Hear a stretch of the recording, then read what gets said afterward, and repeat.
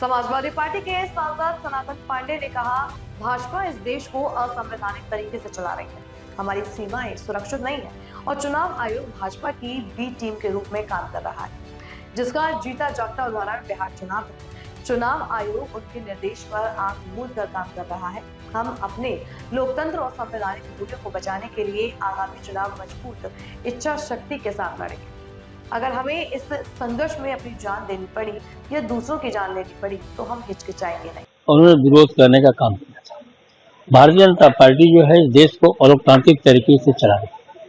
Bharatiya Janata party से वादा करती है, किसी चीज को पूरा नहीं करती। हमारे देश की सीमाएं सुरक्षित नहीं है और आज जो चुनाव हो रहे हैं, जो हमारा चुनाव आयोग है, वो भारतीय जनता पार्टी की बी टीम है।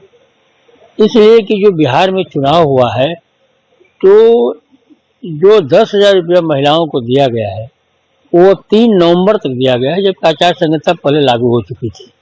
चुनाव के समय कोई किसी को रुपया देना, वो उसके वोट की चोरी होती है।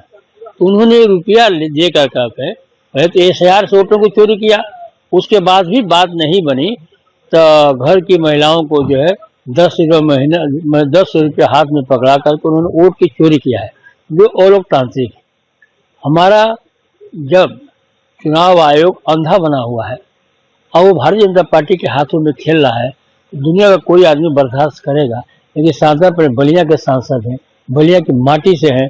मंगल पांडे ने जब अंग्रेजों का विरोध किया था तो सांसद पार्टी संकल्प लेते हैं तो लोकतांत्रिक तरीके से अगर चुनाव कराने की कोशिश की तो उसका हम विरोध करेंगे।